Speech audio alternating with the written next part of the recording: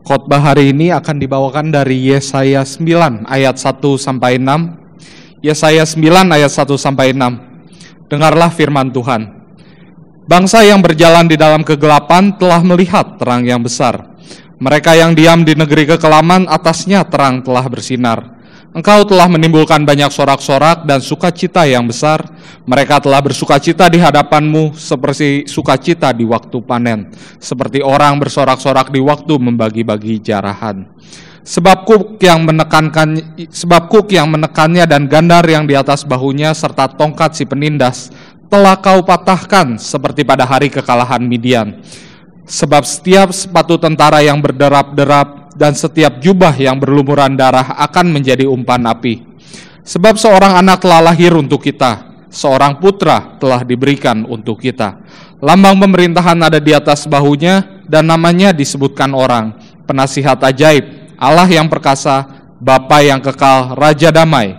Besar kekuasaannya dan damai sejahtera tidak akan berkesudahan di atas tahta Daud dan di dalam kerajaannya. Karena ia mendasarkan dan mengokohkannya dengan keadilan dan kebenaran dari sekarang sampai selama-lamanya. Kecemburuan Tuhan semesta alam akan melakukan hal ini. Demikianlah firman Tuhan.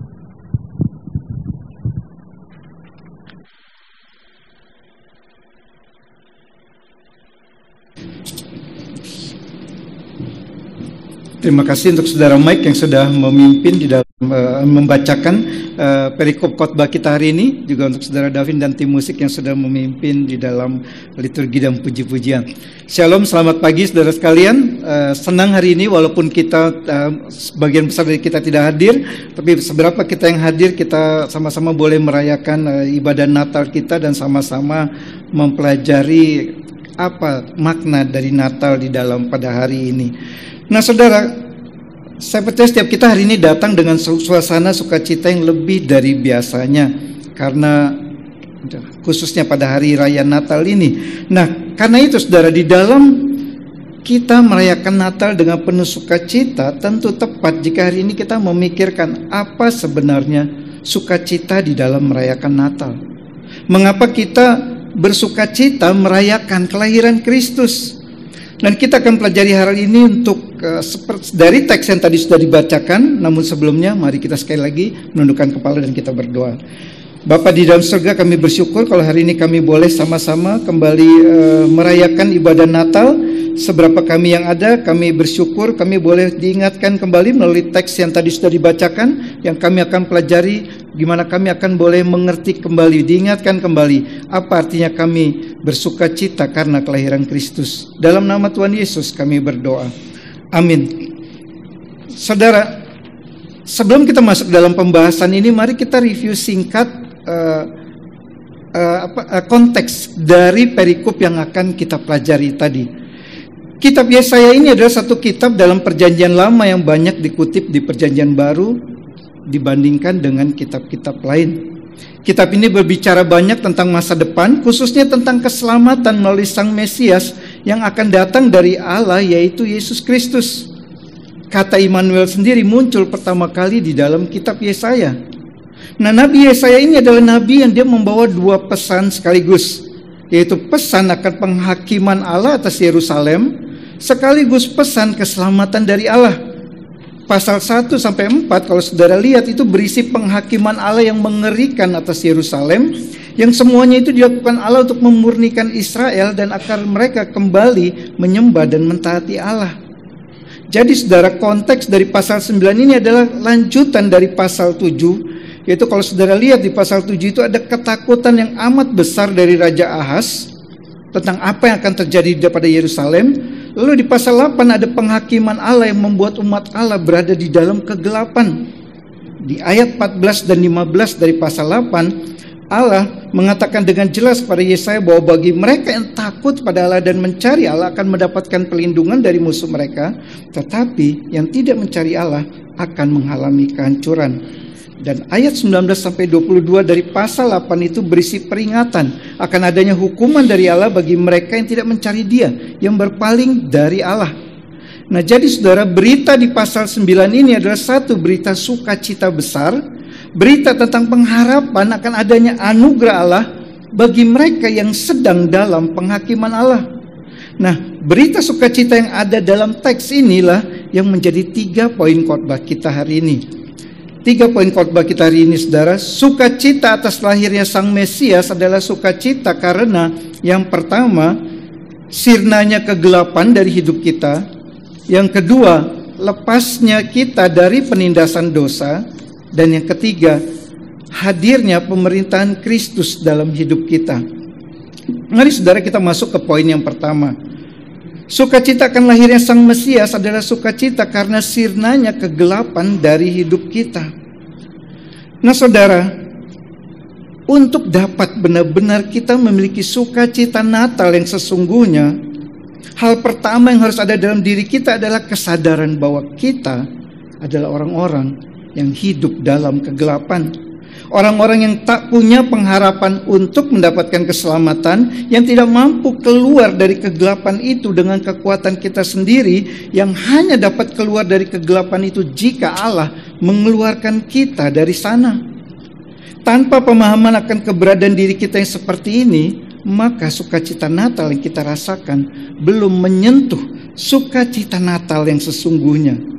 Tanpa pemahaman saudara akan betapa gelapnya kondisi kita sebelum Yesus masuk ke dalam hidup kita, maka terang Natal itu tidak akan secemerlang terang yang memang dibawa oleh Yesus, sang terang Natal itu. Jadi saudara, seberapa besar sukacita kita ketika merayakan Natal kelahiran Yesus Kristus Tuhan kita, itu tergantung dari seberapa besar kita menyadari gelapnya hidup kita sebelum Yesus masuk ke dalam hati kita. Dan ketika kita menyadari betapa gelapnya kondisi kita, maka kita akan menyadari juga betapa berharga dan bernilainya terang yang datang dalam peristiwa Natal itu. Itulah pesan yang hendak disampaikan Yesaya dalam perikop ini. Mari kita lihat lagi dari ayat yang pertama, saudara. Ayat 1. Dikatakan Yesaya demikian, bangsa yang berjalan di dalam kegelapan telah melihat terang yang besar. Mereka yang diam di negeri kekelaman, atasnya terang telah bersinar. Mari saudara kita lihat dengan seksama kata demi kata di dalam kalimat itu.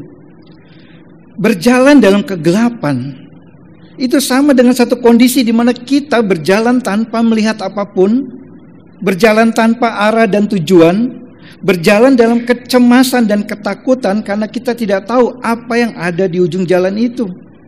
Dalam perjanjian lama, gelap selalu melambangkan kejahatan, melambangkan sesuatu yang menakutkan.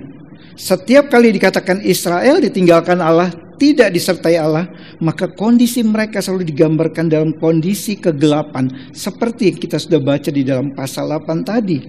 Nah jadi saudara, ketika Yesaya mengatakan bahwa bangsa Israel saat itu berjalan dalam kegelapan, maka mereka saat itu bukan hanya tidak tahu apa yang harus mereka lakukan, tapi mereka juga sangat takut dengan apa yang akan terjadi pada mereka. Mereka diselimuti oleh kegelapan tanpa melihat adanya secercah terang yang dapat memberikan harapan serta ketenangan bagi hidup mereka. Dan dari pasal 1 sampai 3 kitab Yesaya kita dapat membaca bahwa kondisi kegelapan yang mereka alami itu bukan karena Allah tidak lagi setia kepada perjanjiannya dengan mereka, bukan karena Allah tidak mampu menolong mereka dari bangsa-bangsa lain yang menyerang mereka, tetapi karena mereka tidak lagi setia kepada Allah, karena mereka berpaling dari Allah, ingin hidup menjauh dari Allah. Artinya saudara, kegelapan yang mereka alami itu adalah satu penghakiman Allah atas mereka yang telah berdosa di hadapan Allah. Namun saudara, di ayat 1 ini kita dapat melihat satu kebenaran yang luar biasa yang menjadi satu fondasi dalam iman Kristen. Di dalam penghakiman Allah tersebut tetap ada anugerah Allah. Di mana anugerah Allah itu, saudara? Waktu dikatakan selanjutnya di ayat 1 itu bahwa mereka, bangsa itu telah melihat terang yang besar, atasnya terang telah bersinar. Umat Allah ini yang sedang berjalan dalam kegelapan yang sangat gelap, tanpa dapat melihat secercah cahaya pun, sekarang saudara, oleh anugerah Allah mereka dapat melihat bukan hanya setitik terang atau terang yang agak redup, tetapi satu terang yang besar. Umat Allah yang dikatakan sedang berdiam di negeri yang dalam kekelaman diselimuti kegelapan yang sangat gelap. Sekarang dikatakan di ayat 1, atas negeri itu terang telah bersinar, yang artinya kegelapan itu telah sirna dari pandangan mereka.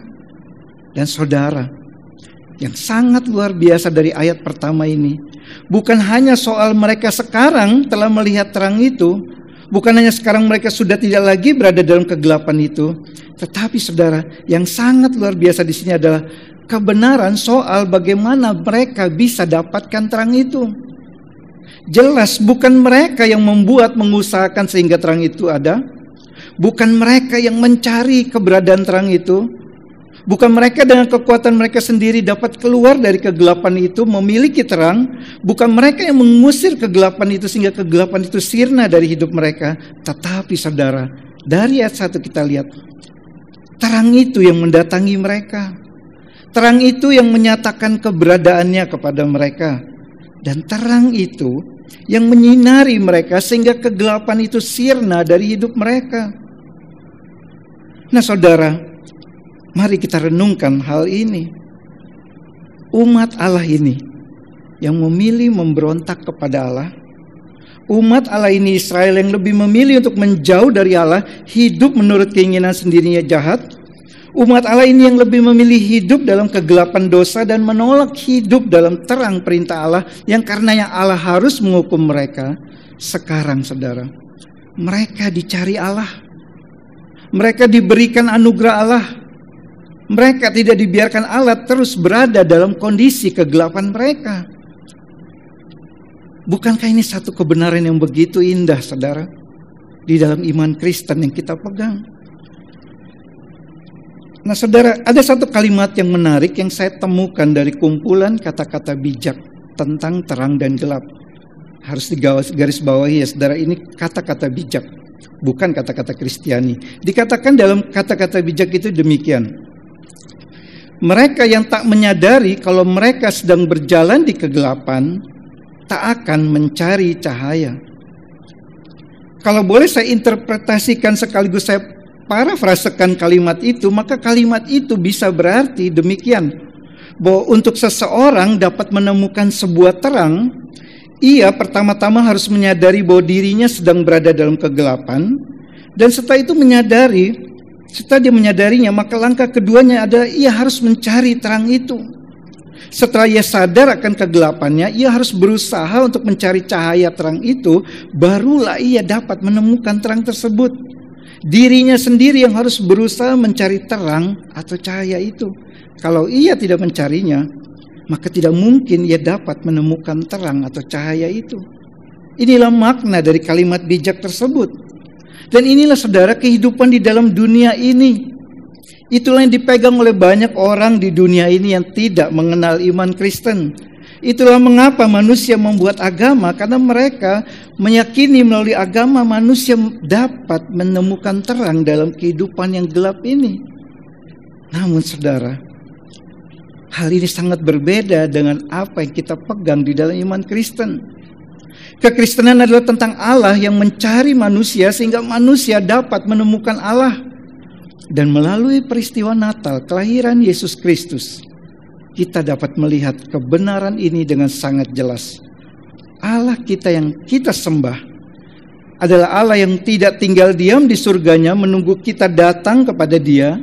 Sebaliknya, Ia yang datang ke dalam dunia ini untuk mencari kita, untuk menyelamatkan kita.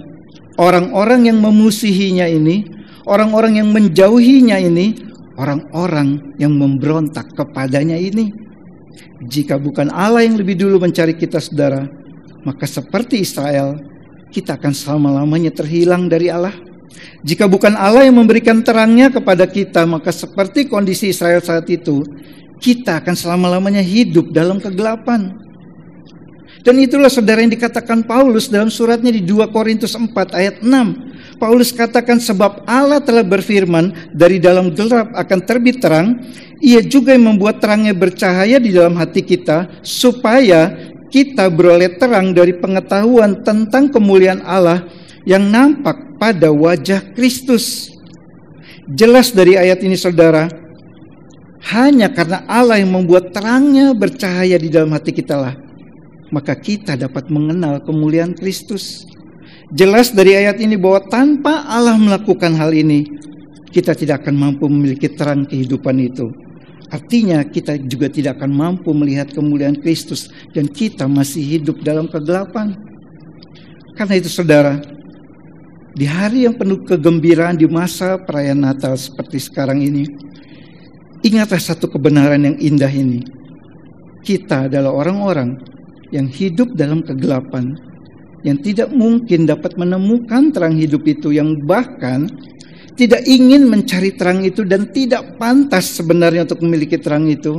Namun Allah dalam kasih dan anugerahnya memberikan Yesus lahir dalam dunia ini, membawa terang itu masuk ke dalam hidup kita, menerangi hidup kita, membuat kegelapan itu sirna dari hidup kita, sehingga sekarang kita hidup memiliki terang kehidupan yang sejati itu. Nah saudara, jika gelap atau kegelapan identik dengan kondisi di mana orang yang ada di dalam kegelapan itu mengalami tekanan, penindasan, permusuhan, ancaman, maka terang di dalam teks ini identik dengan kondisi di mana orang dalam terang itu mengalami kelepasan, kelegaan, kedamaian, dan ketenangan. Ini kondisi yang tidak akan tertukar, saudara. Ketika kita masih ada dalam kegelapan, maka kita akan merasa tertekan, tertindas, terancam. Sebaliknya, ketika kita sudah berada dalam terang, kita akan merasa lepas, lega, damai, dan tenang. Dan inilah yang Allah lakukan dalam hidup kita. Allah yang telah datang membawa terang itu ke dalam hidup kita melalui Yesus yang lahir dalam peristiwa Natal, maka Allah juga yang bertindak sehingga kita dapat memiliki perasaan tenang, lega, dan damai. Apa yang Allah lakukan sehingga kita dapat memiliki perasaan-perasaan ini? Kita masuk ke poin yang kedua. Sukacita atas lahirnya Sang Mesias adalah sukacita karena lepasnya kita dari penindasan dosa. Poin yang kedua, saudara. Sukacita atas lahirnya Sang Mesias adalah sukacita karena lepasnya kita dari penindasan dosa. Saudara, waktu Allah melakukan sesuatu bagi kita, Allah tidak pernah bertindak setengah-setengah atau tidak sampai tuntas.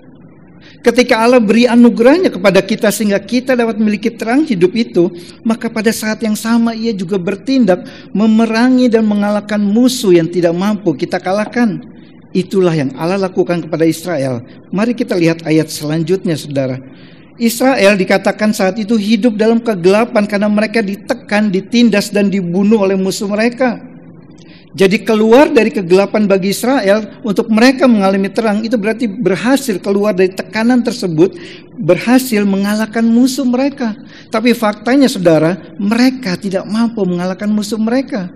Karena itu Allah sendiri yang harus berperang bagi mereka dan mengalahkan musuh mereka tersebut. Dan itulah yang dilakukan Allah.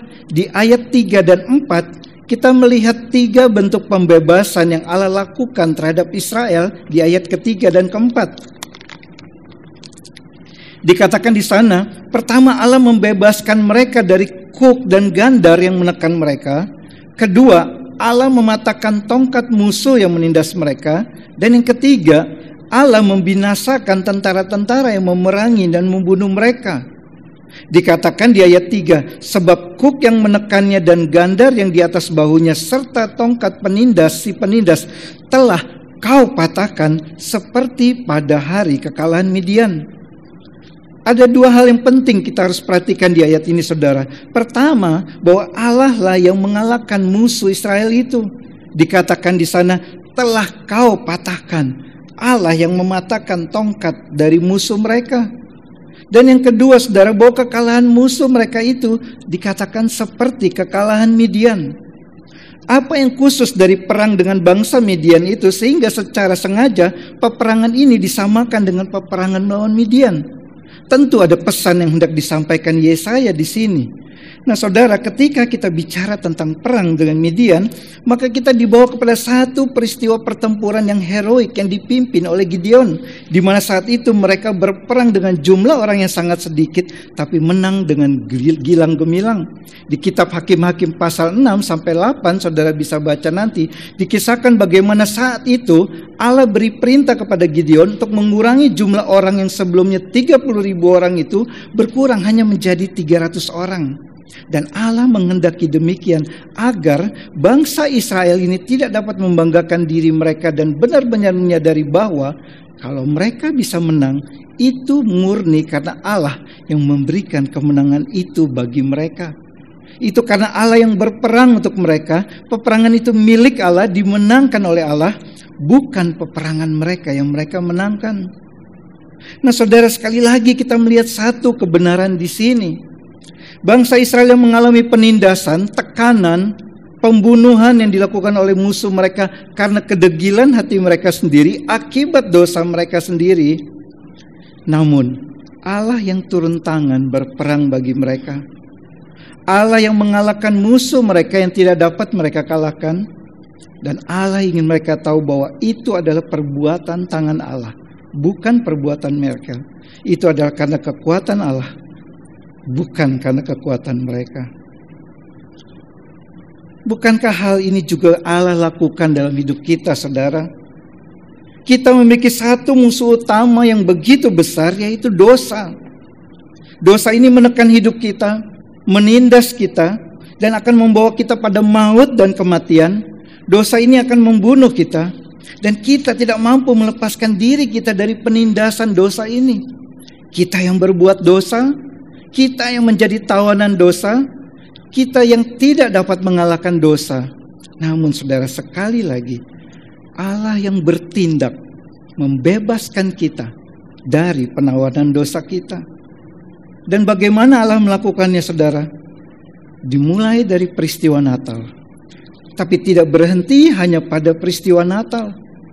Yesus Kristus yang lahir di hari Natal itu lahir dengan satu tujuan, yaitu untuk mati di atas kayu salib bagi penebusan dosa saudara dan saya, sehingga kita dapat terlepas dari penindasan dosa atas kita, agar kita dapat terhindar dari murka Allah atas dosa-dosa kita.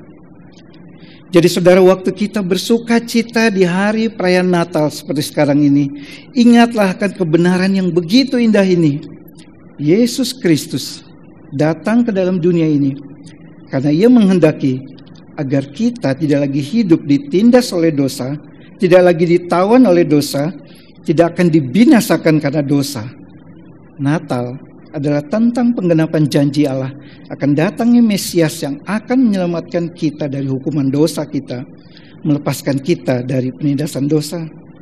Inilah saudara sukacita Natal. Kita tidak lagi berada di dalam kegelapan, kita tidak lagi hidup di bawah penindasan kuasa dosa. Namun Yesus Kristus datang ke dalam dunia bukan hanya untuk membawa terang ke dalam hidup kita, bukan hanya untuk melepaskan kita dari penindasan dosa, tetapi lebih lagi, Ia datang untuk menghadirkan pemerintahan Allah dalam hidup kita. Seperti apa pemerintahan Allah itu? Kita masuk ke poin yang ketiga, yang terakhir. Sukacita atas lahirnya Sang Mesias adalah sukacita karena hadirnya pemerintahan Kristus dalam hidup kita. Nah saudara, waktu hidup kita telah keluar dari kegelapan, telah dilepaskan Allah dari penindasan dosa, maka berarti hidup kita sudah bukan milik kita lagi, melainkan sudah menjadi milik Kristus. Dan hidup yang telah menjadi milik Kristus sama dengan hidup yang dibawa pemerintahan Kristus. Tidak ada gunanya kita mengatakan bahwa kita adalah milik Kristus jika kita tidak hidup di bawah pemerintahannya.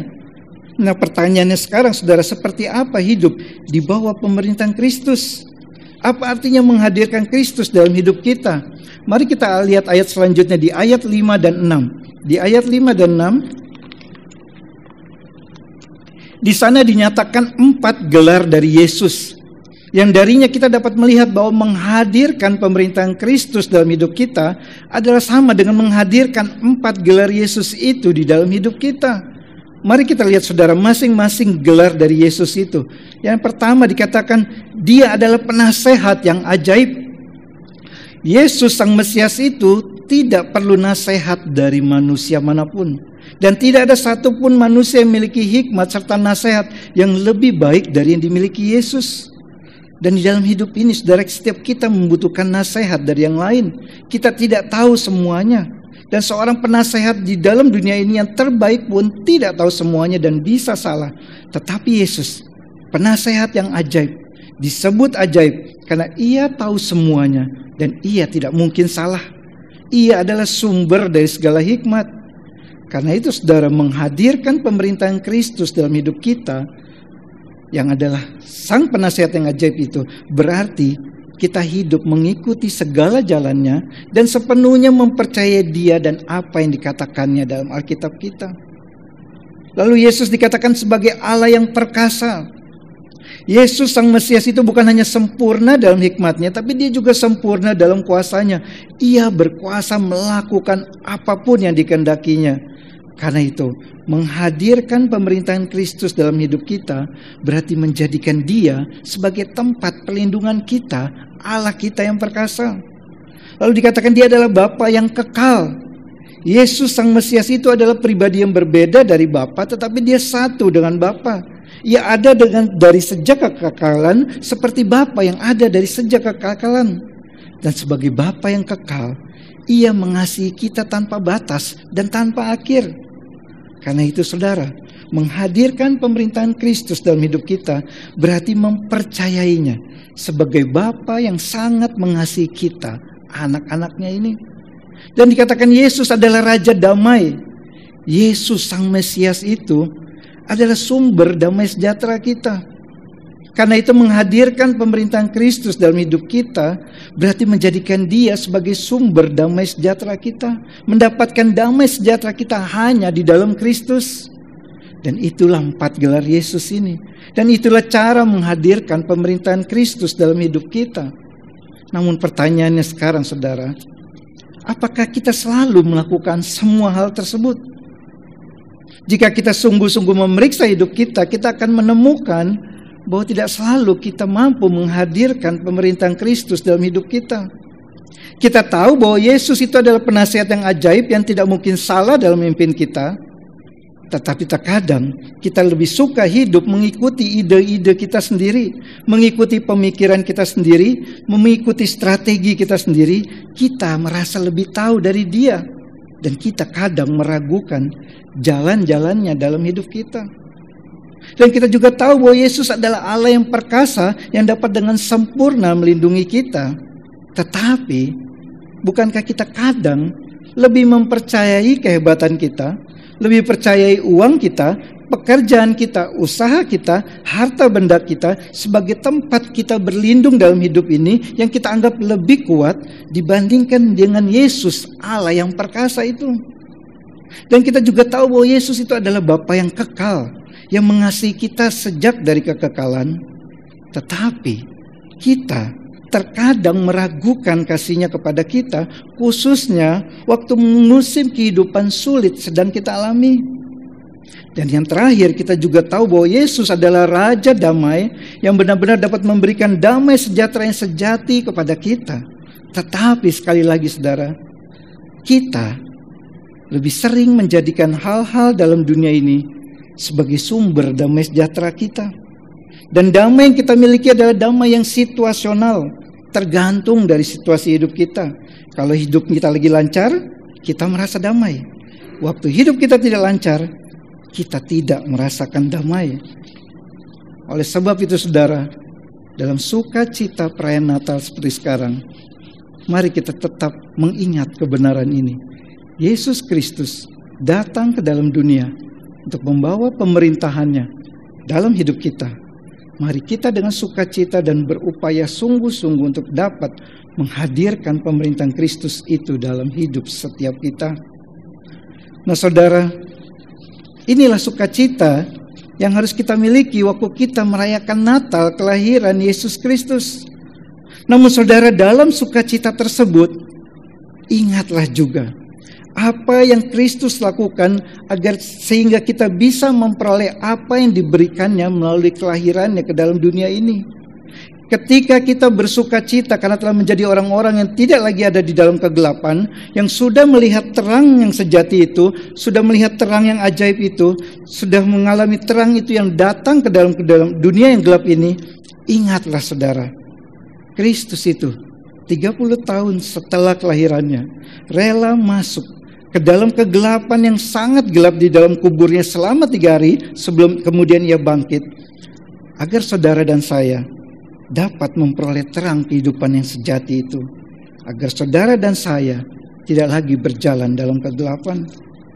Dan ketika kita bersuka cita, saudara, karena telah menjadi orang-orang yang telah terlepas dari penindasan dosa, tidak lagi ditawan oleh dosa, ingatlah saudara, Kristus rela membiarkan dirinya ditindas oleh tentara-tentara Romawi, menjadi tawanan tentara-tentara itu, agar saudara dan saya dapat terlepas dari penindasan dan penawanan dosa kita.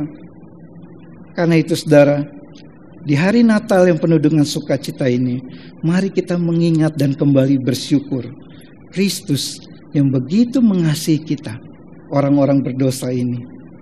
Dan terkait dengan kebenaran ini saudara, izinkan saya mengajukan 2 pertanyaan.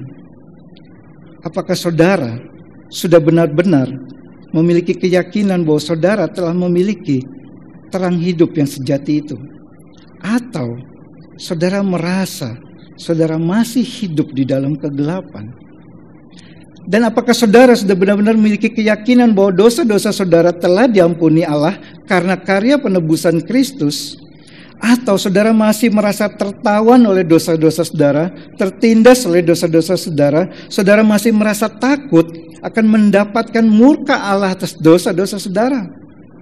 Jika saudara belum memiliki 2 keyakinan itu, saudara belum yakin bahwa saudara sudah hidup di dalam terang Allah yang sejati, saudara belum yakin bahwa dosa saudara sudah diampuni Allah, maka saya berdoa dan berharap agar Natal tahun ini menjadi Natal di mana Yesus yang lahir 2000 tahun yang lalu itu, saudara mau undang untuk masuk ke dalam hati saudara, sehingga saudara pun bisa menjadi anak-anak terang, menjadi orang-orang yang diampuni dosanya dan berdamai kembali dengan Allah.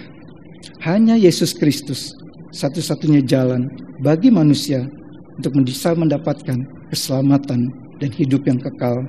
Dan Dia sedang mencari saudara untuk menyelamatkan saudara. Nah saudara, kembali ke teks kita. Nubuat Nabi Yesaya akan kedatangan Yesus Kristus Sang Mesias ini telah tergenapi 700 tahun setelah apa yang dikatakan Yesaya di kitab ini. Pengharapan umat Allah itu telah tergenapi dalam kelahiran Yesus Kristus, yang memang adalah penggenapan dari janji Allah akan datangnya Mesias itu. Namun saudara, kedatangan Kristus Sang Mesias itu kita tahu tidak dengan cara seperti yang umat Allah dahulu itu harapkan. Kristus Raja yang perkasa itu telah datang ke dalam dunia ini bukan dengan cara menunjukkan kekuasaannya dan keperkasaannya. Sebaliknya, Ia datang dengan cara yang terlihat begitu sederhana, lahir sebagai seorang bayi yang begitu kecil dan lemah. Dan Kristus, saudara, Sang Pembebas itu, yang membebaskan kita dari dosa-dosa kita, telah datang ke dalam dunia ini bukan dengan cara seperti seorang pembebas yang kuat dan gagah perkasa. Sebaliknya, Ia membebaskan umatnya, membebaskan kita dengan cara yang terlihat begitu lemah, yaitu mati di atas kayu salib. Tetapi saudara, kelak dalam kedatangannya yang kedua kali nanti, Kristus akan datang dengan segenap kemuliaannya dan seluruh kuasanya, dan nanti pada waktu itu kerajaannya akan memerintah secara penuh, dan semua ciptaan di dalam dunia ini akan tunduk kepala kepadanya dan mengakui bahwa Dialah Raja di atas segala raja. Jadi saudara, bagi kita yang saat ini, yang telah melihat penggenapan janji Allah akan datangnya Mesias 2000 tahun yang lalu pada saat peristiwa Natal, maka saat ini kita juga harus terus menantikan penggenapan janji Allah akan kedatangan Kristus yang kedua kali kelak pada peristiwa Maranatha. Dan seperti kita bersuka cita merayakan Natal, kedatangan Kristus yang pertama kali ke dalam dunia ini, mari kita juga dengan sukacita menantikan Maranatha, kedatangan Kristus yang kedua kali kelak. Amin. Mari kita berdoa.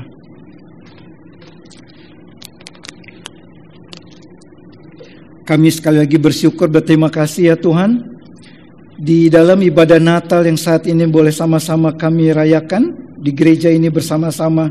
Kami bersyukur kalau kami diingatkan kembali, sukacita kami akan kelahiran Kristus adalah sukacita karena kami adalah orang-orang yang telah mengalami terang yang sejati itu, telah keluar dari kegelapan.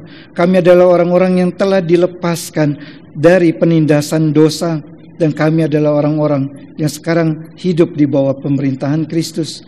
Dan kiranya ya Tuhan, seperti kami sudah melihat penggenapan janji Allah akan Kristus yang datang 2000 tahun yang lalu itu, kami juga akan terus menantikan penggenapan janji Allah yang selanjutnya, di mana Kristus akan datang kembali yang kedua kali kelak untuk mengangkat kami untuk boleh bersama-sama dengan Dia selama-lamanya dalam kemuliaannya. Dalam nama Tuhan Yesus kami berdoa dan kami bersyukur. Amin.